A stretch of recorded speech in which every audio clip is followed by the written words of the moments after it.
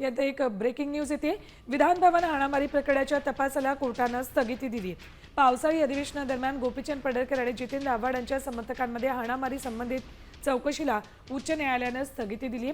या प्रकरणी पुढील आदेशापर्यंत आरोपपत्रही दाखल करू नये असे आदेश देखील मुख्य न्यायमूर्ती श्री चंद्रशेखर आणि न्यायमूर्ती गौतम अखंड यांच्या खंडपीठाने दिलेत। तर 12 नोव्हेंबर रोजी प्रकरणाची सुनावणी होणार आहे।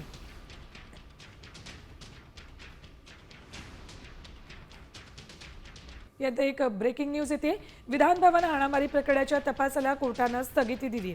पावसाळी अधिवेशनादरम्यान गोपीचंद पडळकर आणि जितेंद्र आव्हाड यांच्या समर्थकांमध्ये हाणामारी संबंधित चौकशीला उच्च न्यायालयाने स्थगिती दिली।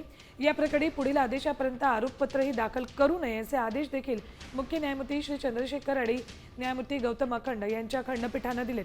तर 12 नोव्हेंबर रोजी प्रकरणाची सुनावणी होणार आहे।